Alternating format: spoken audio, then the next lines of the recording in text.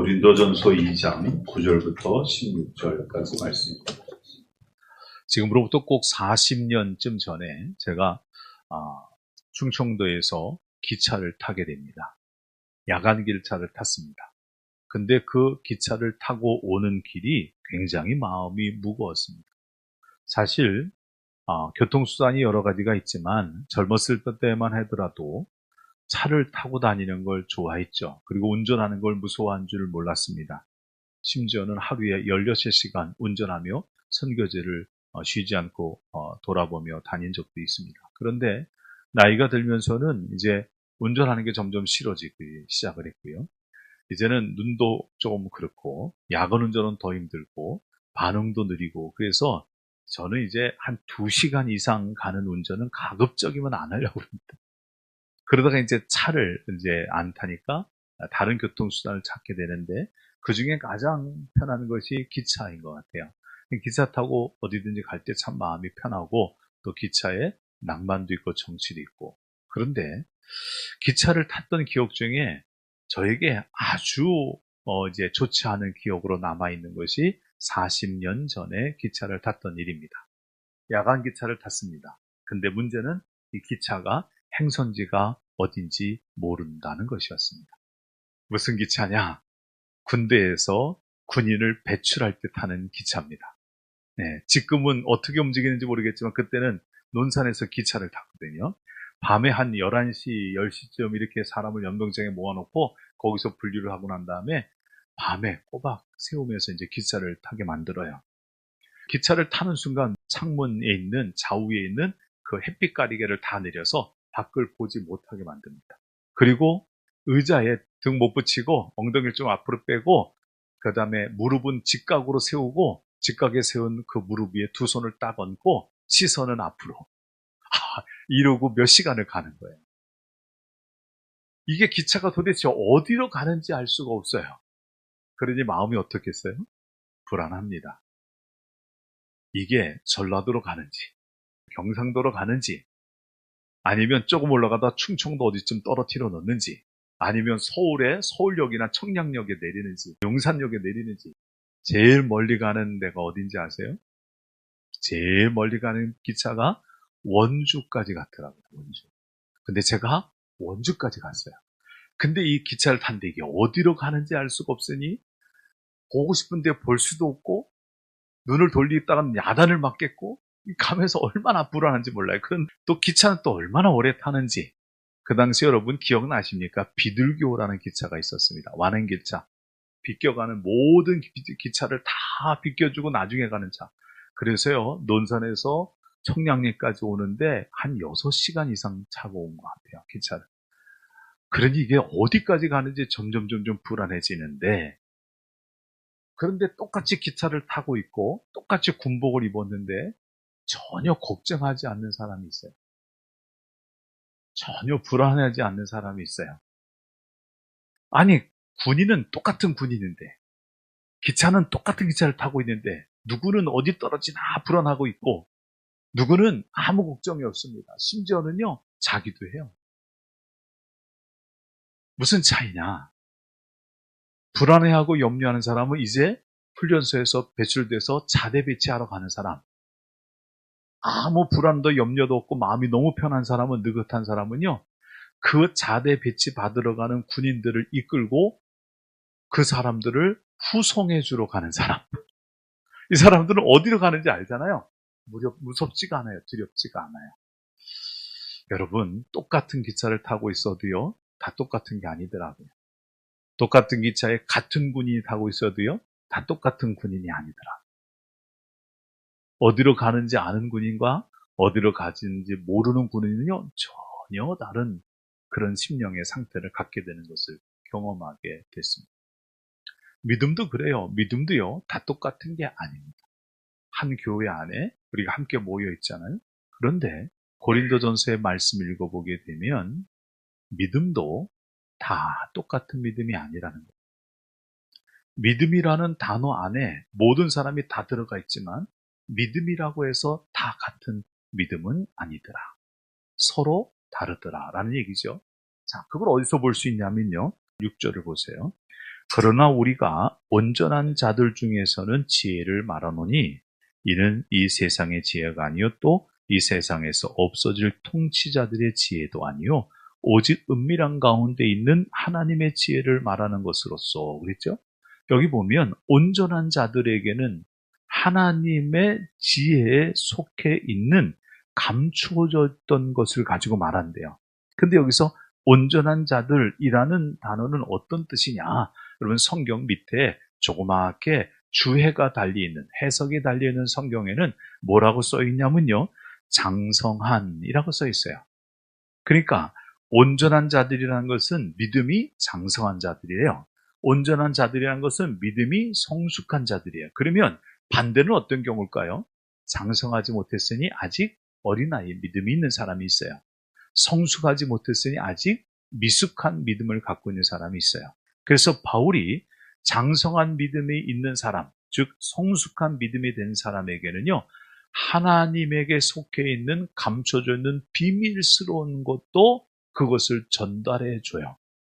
그러나 그들 중에서 미숙한 믿음에 있는 사람, 어린아이 같은 믿음에 있는 사람, 그들 중에서 아직 성숙되지 않은 믿음에 있는 사람들에게는 하나님에게 속해 있는 비밀스러운 것들을 얘기해봤자 그것을 미련한 것이라고, 그것을 마땅하지 않는 거치는 것으로 봤기 때문에 유대인들 같이, 이방인들 같이 그것을 받을 수 없는 약한 믿음, 어린아이의 믿음을 갖고 있는 사람들에게는 그것을 말할 수 없었다라고 얘기를 해요.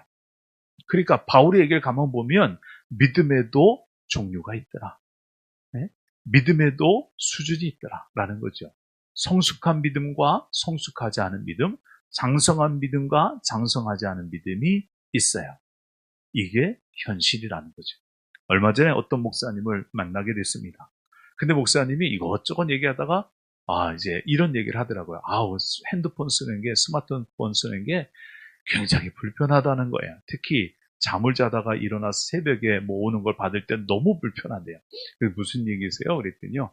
핸드폰을 만드는 가게에서 핸드폰 처음 만들 때 거기다가 비밀번호를 걸어야 된다고 얘기를 했다는 거예요. 그래서 핸드폰에다가 비밀번호를 넣어야지만 핸드폰을 열 수 있도록 만들어 줬대요. 근데 목사님은 그 비밀번호를 푸는 법을 몰라요. 그래갖고 핸드폰에 전화가 오기만 하면 무조건 비밀번호를 누르고서 열어야 되는데, 네? 비밀번호 눌러야 되는데, 밤에 자다가 노안이 와서 안 보이는 눈을 갖고 비밀번호를 눌러야 되니까 얼마나 힘들겠어요. 그러니까 너무 불편하다는 거예요. 그래서 목사님 줘보세요. 그랬어요. 제가 받아갔고요. 그걸 풀어서 그 다음엔 전화만 오면 그냥 열리도록, 아니면 내가 보고 싶으면 그냥 전원만 켜고 쓱 열면 되도록 그렇게 만들어줬더니 너무 편하다고 그러더라고요. 여러분 똑같은 폰을 써도요. 아는 사람과 알지 못하는 사람은 쓰는 게 달라요. 그렇지 않습니까? 믿음도 그래요. 믿음도요. 아는 믿음이 있고 모르는 믿음이 있대요. 성숙한 믿음이 있고 미숙한 믿음이 있대요. 자, 바울이 얘기하는 말을 조금 더 들어볼까요? 바울은 이렇게 얘기합니다. 9절 가서 보면 하나님이 자기를 사랑하는 자들 위하여 예비하신 모든 것은 눈으로 보지 못하고 귀로 듣지 못하고 사람의 마음으로 생각하지도 못하였다 함과 같으니라. 여러분, 하나님은 우리를 위한 어떤 계획을 갖고 계세요. 하나님이 우리에게 주실 은혜들을 미리 준비해 놓으셨어요. 근데 이거는 하나님에게 있는 거예요. 그러니까 우리가 알 수가 없어요. 알 수가 없죠. 하나님이 어떤 마음이 있는지 어떤 계획이 있는지 우리는 알 수가 없어요. 그래서 그것을 우리가 눈으로 보지도 못하고 귀로도 듣지 못하고 마음으로 생각지도 못한 상태에서 살아갑니다. 이것을 알려면 그러면 어떻게 해야 되느냐? 그것이 바로 10절에 있어요. 이 10절 말씀은 사실 사도 바울이 경험해서 얻은 진리이기도 해요. 한번 10절 다시 읽어볼까요? 같이 읽습니다. 오직 하나님이 성령으로 이것을 우리에게 보이셨으니 성령은 모든 것 곧 하나님의 깊은 것까지도 통달하시느니라. 보세요. 여기 우리에게 보이셨으니 라고 했는데 이 우리에게를 바울의 입장에서 내게라고 바꿔놓고 한번 읽어봐요. 이렇게 읽을 수 있습니다. 오직 하나님이 성령으로 이것을 나에게 보이셨으니, 그런 거죠. 자, 그러면 어떻게 해석이 돼요? 바울은 한동안은 하나님이 바울을 위하여 예비하신 것들을 눈으로 볼 수도 없었고 귀로도 들을 수도 없었어요. 바울이 보지 못하는 육신의 눈을 갖고 있었느냐? 아니에요. 바울은 육신의 눈은 멀쩡하게 뜨고 있었어요. 그럼 바울이 청각에 문제가 있는 사람이냐? 그렇지 않습니다. 바울은 세상 소리를 잘 듣는 사람이었어요. 그런데 그가 하나님이 바울을 위하여 준비한 것들, 하나님이 세상을 위하여 준비한 것들을 눈을 뜨고 있어도 볼 수가 없었어요. 귀가 열려 있어도 들을 수가 없었어요. 그가 많은 것들을 생각할 수 있었지만 하나님이 그를 위하여 준비한 것은 마음으로 생각할 수도 깨달을 수도 없었어요. 그런 사도 바울이 이것을 들을 수 있게 되고 볼 수 있게 되고 생각하고 깨달을 수 있게 된 비결이 하나가 있었습니다. 그게 뭘까요? 하나님이 성령으로 이것을 바울에게 보이셨다는 거예요. 성령을 통해서 바울에게 이것을 보게 하시니 어떤 일이 벌어졌느냐? 그 성령의 곧 하나님의 깊은 것까지도 통달하게 만들어요. 그래서 하나님의 뜻이 무엇인지, 하나님의 계획이 무엇인지, 하나님이 어떤 목적을 갖고 인간을 구원할 계획을 세우셨고 그 인간의 구원을 계획을 위해서 예수 그리스도를 이 땅에 보내신 것이고 예수 그리스도가 십자가에 못 박혀 죽으심으로 우리의 죄를 사하시는 것이 하나님이 우리를 의롭다고 여기시는 하나님의 방법이고 그것을 통해서 우리를 구원하는 것이 하나님의 계획이다. 이것을 바울이 다 알게 됐어요. 어떻게 해요? 성령을 통해서. 성령이 어떤 역할을 하기 때문에 하나님의 깊은 것까지도 알 수 있게 만들기 때문에. 결혼해서 갓난아기를 키울 때 정말 어려운 것이 있었죠. 이 아이들이, 갓난아기들이 우는데 도대체 왜 우는지를 잘 모르는 거죠. 그죠? 근데 이제 아이 둘을 키우다 보니까 조금 지혜가 생기더라고요. 갓난아기가 울 때는 적어도 3가지 이유 때문에 웁니다. 하나는요, 배고파서 울어요. 그죠? 또 하나는요, 배고픈 게 아니라 너무 많이 먹어서 볼일을 봤다고 울어요. 또 하나가 있어요. 졸립다고 울어요. 그렇죠? 졸립다고. 여름에는 덥다고 울기도 해요. 근데 이 아이가 우는 소리가 다 똑같아요. 그죠? 갓난아기가 우는 게 다 똑같아요. 네 하고 울면 이 아이가 배가 고파서 우는지 볼일을 봐서 우는지 졸려서 우는지 이걸 알아야 아이에게 맞게 해주잖아요. 그죠? 그런데 부모 초보들은 그거 잘 모르잖아요. 그랬고 아이가 막 울어요. 그러니까 부모가 어떻게 생각하냐면 얘가 배고파서 오나 보다. 그리고 젖병에 우유를 태갖고 딱 젖병을 딱 늘렸는데 애가 계속 울어요. 왠지 아십니까? 너무 먹어서 볼일을 봤는데 거기다가 더 먹으라고 주니 얼마나 답답한 노릇이에요. 그죠? 하나님을 믿는 게 그럴 때가 있다는 거예요. 그런 수준이. 하나님은 우리 위하여 뭔가를 주셨는데 우린 그것을 깨닫지 못해요. 하나님 우리에게 뭔가 말씀하시는데 그걸 듣지를 못해요. 하나님 우리에게 뭔가를 보여주시는데 그걸 깨닫지 못하는 거죠. 사도 바울이 그랬거든요. 사도 바울은 예수님과 거의 동시대에 살았던 사람입니다. 사도 바울이 있는 그때에도 예수님이 활동하셨을 거예요, 분명. 사도 바울이 예수 믿는 자를 잡아 죽일 때 사도 바울의 나이가 30대쯤 됐으니 예수님과 동시대, 겹치는 시대를 살았거든요. 근데 예수님은 하나님 보내신 메시아였어요. 하나님의 아들이었어요. 그런데 그가 눈이 있어도 그걸 보지 못해요. 예수님이 돌아가시고 그리고 부활하고 승천하시고 예수를 따르는 자들이 복음이라는 걸 전하기 시작했는데 그리고 많은 사람들이 복음을 믿고 구원받은 하나님의 자녀가 됐는데 사도 바울은요 그 복음을 듣고도 복음의 의미를 알지 못해요. 그래서 복음을 전하는 자들을 잡아서 죽이러 다니고 있었어요. 눈으로 보아도 보지 못하고 귀로 들어도 듣지 못하는 자의 상태죠. 그러다가 하나님께서 이 바울을 쓰고 싶은데 그냥은 안 되겠으니 어느 날 그에게 찾아오십니다. 그게 다메섹에서 주님을 만난 사건이죠. 다메섹으로 올라가는 길에 예수님께서 나타나셨죠? 빛 가운데 음성을 가지고 나타났어요. 그리고 사도 바울을 하나님의 복음을 전하는 사도로 지정하시고 세우시게 됩니다. 다메섹에서 빛 가운데 음성 가운데 주님을 만나고 난 바울, 그는 비로소 보지 못하는 걸 볼 수 있는 자가 됩니다. 그래서 하나님께서 우리를 위하여 비밀스럽게 예비하신 하나님의 계획, 하나님의 경륜이 예수님을 통하여 나타났다는 것을 비로소 깨닫게 되고 믿게 되었습니다. 그러니까 믿음이라는 세계 속에서도 분명히 두 종류의 믿음이 있는 거예요. 사도 바울이 예수님을 만나기 전에도 하나님은 믿는 사람이었습니다. 하나님을 보통 믿는 게 아니라 아주 열심히 잘 믿는 사람이었습니다. 그러나 그는 하나님의 계획, 하나님의 뜻, 하나님의 마음을 전혀 모르고 하나님을 섬겼던 사람입니다. 그러다 나중에 다메섹에서 주님 만나고 난 다음에 그 다음에 그는 바뀌게 되죠. 그래요.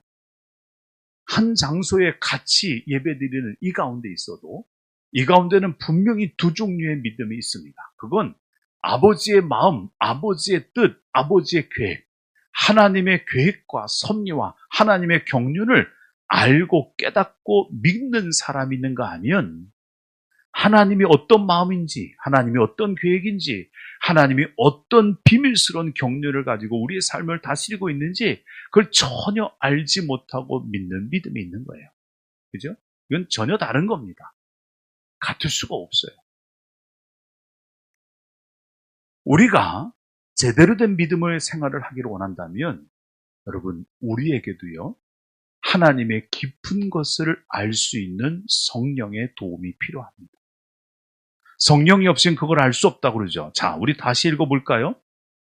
11절부터 읽어 내려가는데요. 11절 끝에 이렇게 쓰고 있습니다. 사람의 일을 사람의 속에 있는 영 외에는 누가 알리요?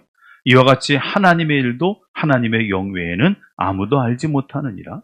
우리가 세상의 영을 받지 아니하고 오직 하나님으로부터 온 영을 받았으니 이는 우리로 하여금 하나님께서 우리에게 은혜로 주신 것들을 알게 하려 하심이라. 자, 우리를 제가 바울의 입장에서 다시 읽겠습니다.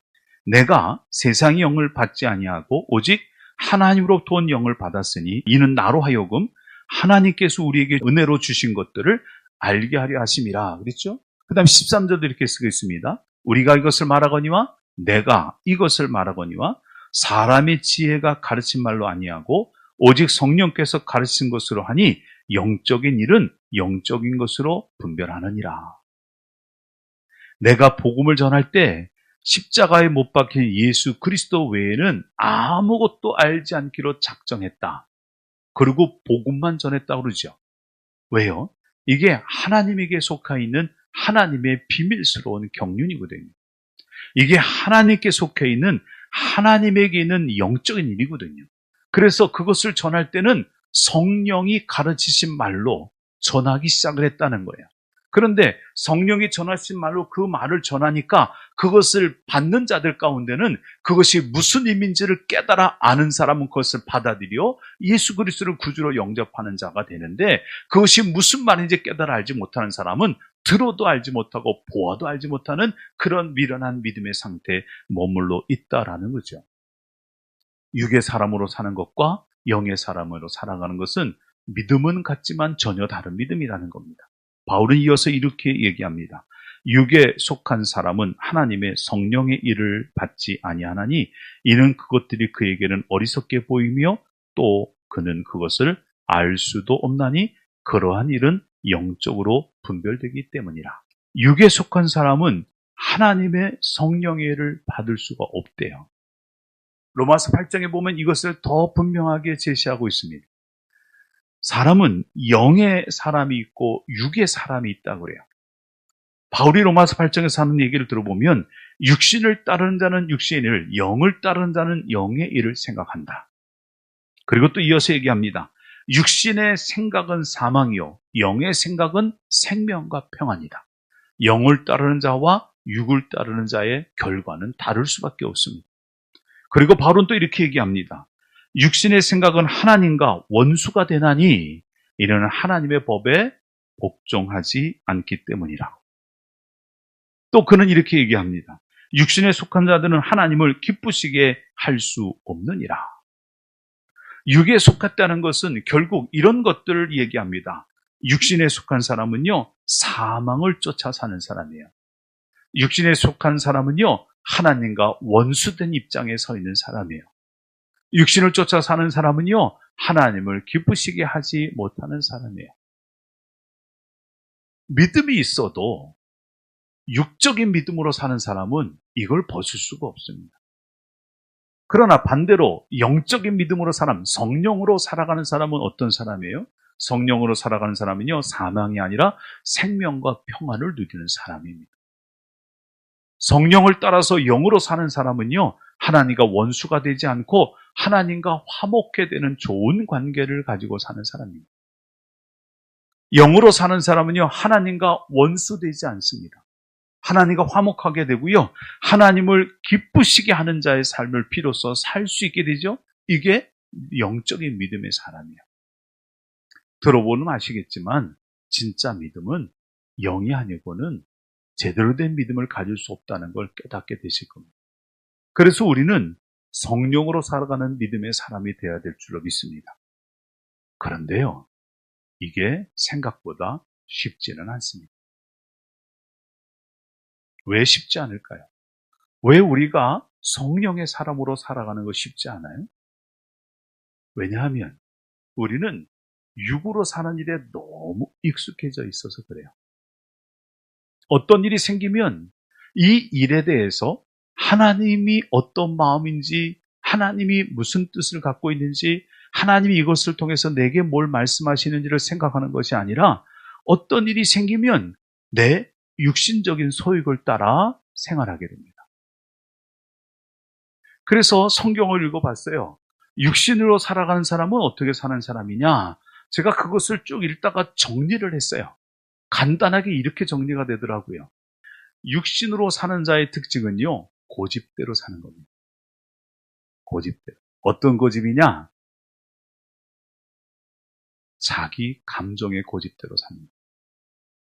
육신대로 사는 사람은요, 자기 지식의 고집대로 삽니다. 내 경험과 지식이 이것이 앞장서요.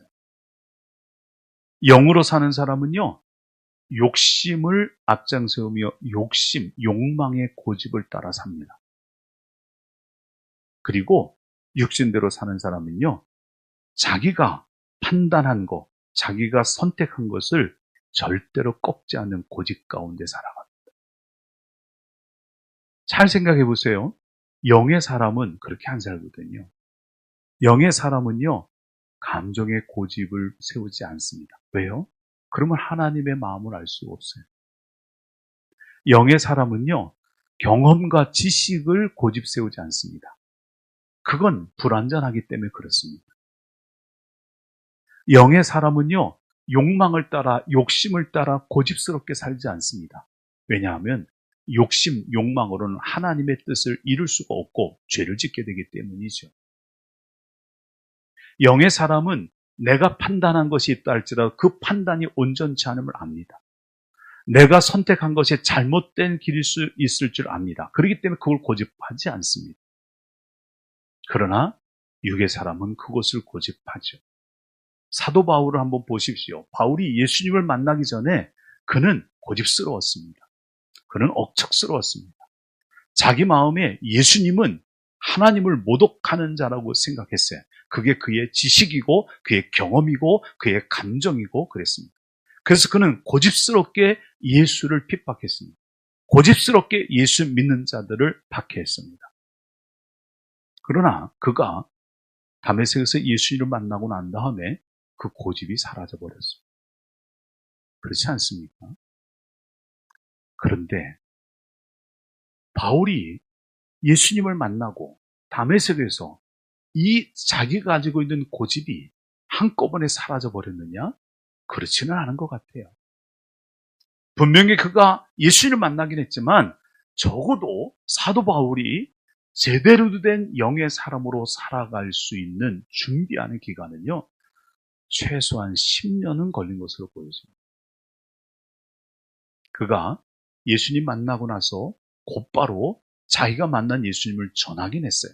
그러나 몇 번 전하다가 그는 갑자기 소위 말하는 잠수를 탑니다.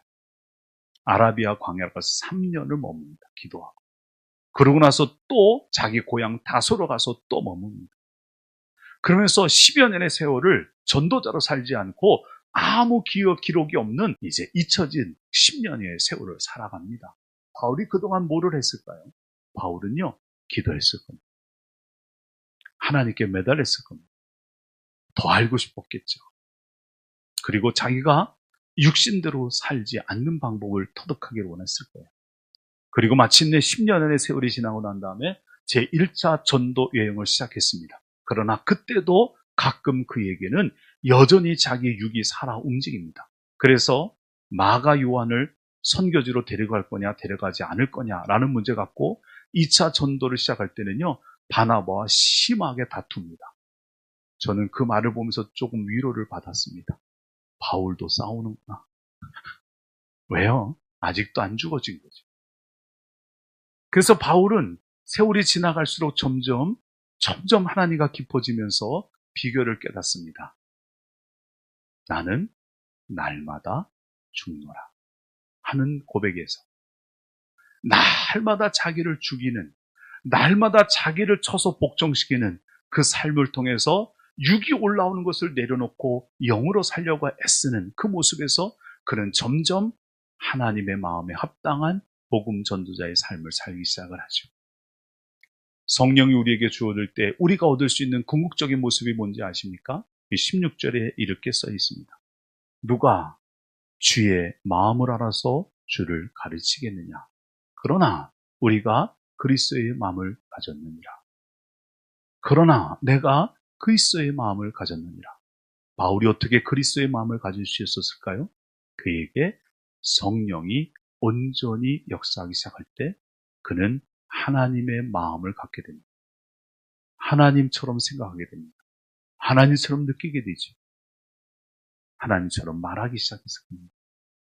이게 성령의 사람의 마지막 모습이죠. 여러분, 우리에게 정말 필요한 것이 있습니다. 그거는 알지 못하는 믿음으로 사는 것이 아니라 아는 믿음으로 살아가는 겁니다. 그거는 육적인 그리스도인이 아닌 영적인 그리스도인으로 살아가는 겁니다. 그러나 장담하건대 쉽지 않습니다. 우리는 지금까지 육신이 앞장서는 삶을 살아왔기 때문에 그렇습니다. 그렇다고 포기할 수도 없습니다. 포기해서도 안 되죠. 그럼 어떻게 될까요? 우리가 하나님께 우리의 마음을 고백하며 기도해야 됩니다. 주님, 내가 주님을 더 알고 싶습니다. 사도 바울이 담에서 주님을 만났을 때 첫 번째 물었던 질문이 그겁니다. 주님, 누구이십니까? 이렇게 물었어요. 우리도 그래야 됩니다. 하나님, 내가 하나님을 더 알고 싶습니다. 하나님의 마음을 알고 싶습니다. 하나님의 계획을 알고 싶습니다. 하나님이 비밀스럽게 예비한 것들이 무엇인지를 알고 싶습니다. 하나님이 그 비밀 가운데 우리에게 주셨던 이 복음이라는 것도 내가 정확히 알고 싶습니다. 그런데 하나님, 내가 이것을 알려면 내게 성령을 부어주셔야 됩니다. 나는 육으로 사는 사람입니다. 하나님, 나는 육신의 삶을 살아가는 고집이 있는 사람입니다.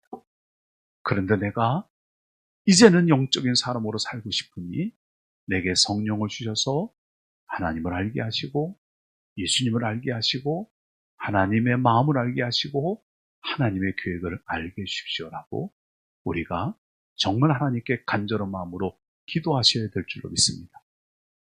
그래서 여기 은천교회 같이 예배드리는 여러분 모두는 하나님 앞에 영적인 믿음의 사람들이 다 됐으면 좋겠습니다. 하나님은 우리들에게 믿음을 새롭게 하라고 다그치고 계십니다. 믿음을 새롭게 하라. 늘 똑같은 믿음, 늘 한결같이 자라지 않고 성숙되지 않은 장성하지 못한 믿음으로 그냥 그렇게 살지 말고 믿음을 좀 장성하게, 믿음을 좀 성숙되게, 믿음을 좀 변화시키라고, 새로운 믿음 가지라고. 어떻게 하라고요?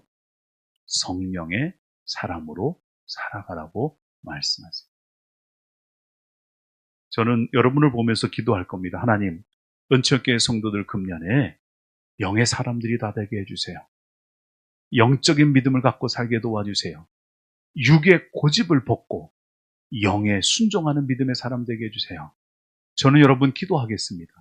여러분도 여러분 스스로를 위해서 그렇게 기도하시며 금년 한 해 반드시 믿음이 새로운 차원으로 변화되시기를 주님의 이름으로 축원을 드립니다.